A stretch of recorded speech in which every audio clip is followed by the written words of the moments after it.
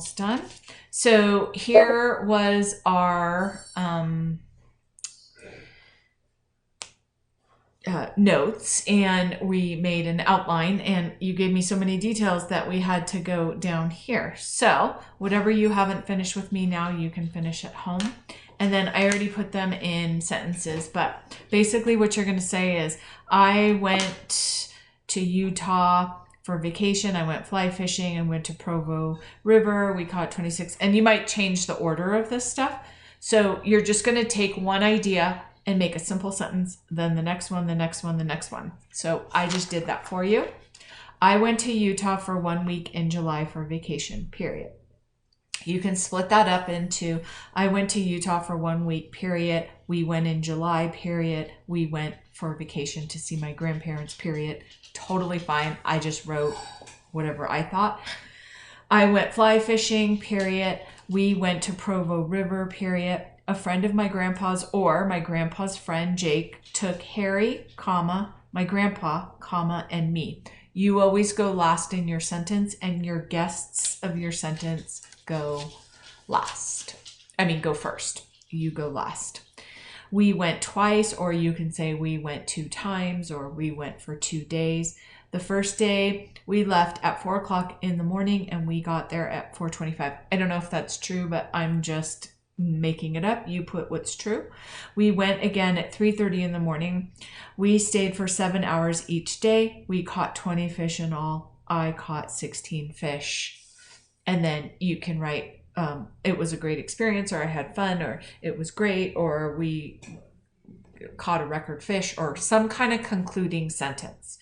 So you are going to write all of this down, and then you're going to do the same exact thing for mountain biking camp and golfing. And then Mom can send me the video. Can send me a picture of it when you're done. And I do want you to fill in these boxes like we did. Write neatly, capitalize the first sentence, punctuation. Any questions about that?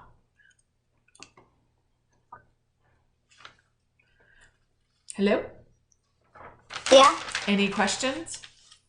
No, I don't think so. Okay, we didn't have time for it, but I'm going to teach you some algebra. So on your report card, it said that this was hard, that you probably just did the beginning part of it.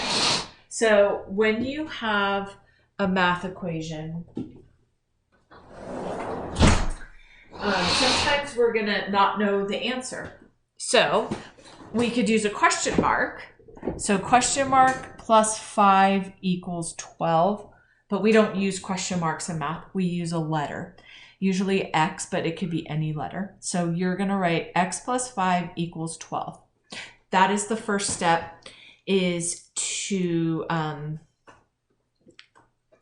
write the equation.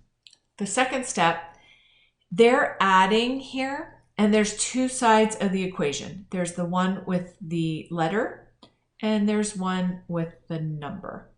Well, as you can see here, there's a number on this side.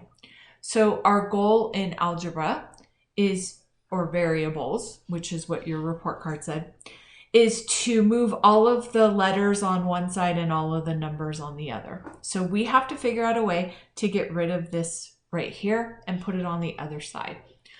The only way to do that is to do the opposite of what they're doing. They are adding 5. What's the opposite of addition? Subtraction. Anything you do on this side, you have to do on the other side of the equal sign, because we have 2 sides of this equation.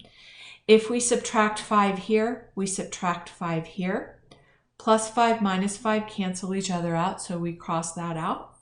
What is left on this side is an X, so we write X equals, and then what is 12 minus 5? 7. So those are the 3 steps of algebra.